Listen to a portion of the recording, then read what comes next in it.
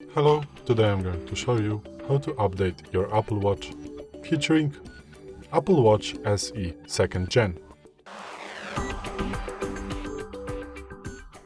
So, if you want to make sure that your Apple Watch is up to date with the software, you just need to go to the applications screen by pressing the scroller, and now go to the settings right here and go to the general.